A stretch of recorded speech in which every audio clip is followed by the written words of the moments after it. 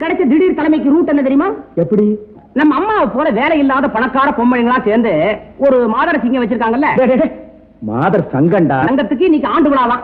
நம்ம அம்மாவை போல ஒரு பணக்கார அம்மா இன்னைக்கு தலைமை தாங்க இருந்தது. அந்த அம்மாவுக்கு தரையில கொண்டை நிக்கவே இல்லை, வந்து போயிடுச்சு.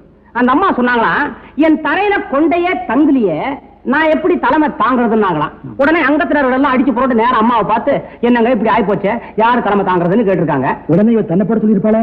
அதான் அம்மாவா, வெஷ் 2 பிள்ளைகளை பத்தி இன்னும் உங்களால அம்மாவை புரிஞ்சுக்க முடியல. அம்மா சொன்னாங்க, ஏம்மா இதுக்காக கவலைப்படுறீங்க, அங்கத்தினர்கள் பேர்லாம் சீட் எழுதி போடுவோம், எடுத்து பார்ப்போம், யாரு பேரு சீட்ல வருதோ அவங்க தலைமை தாங்கட்டும்னு சொன்னாங்க. எல்லாத்தையும் எழுதுனாங்க அம்மா, நான் தான் எடுத்தேன். அம்மா பேரே வந்துருச்சா? என்னடா அதிர்ஷ்டமும் அவ பக்கம் தானடா இருக்கு. ஒரு சீட்ல அம்மா பேர் எழுதி அந்த பேர் வந்திருந்தா அதிர்ஷ்டம். எல்லா சீட்லயும் அம்மா தம் பேரே எழுதிட்டாங்களே. பொதுவா இத பத்தி உங்க அபிப்பிராயம் என்ன?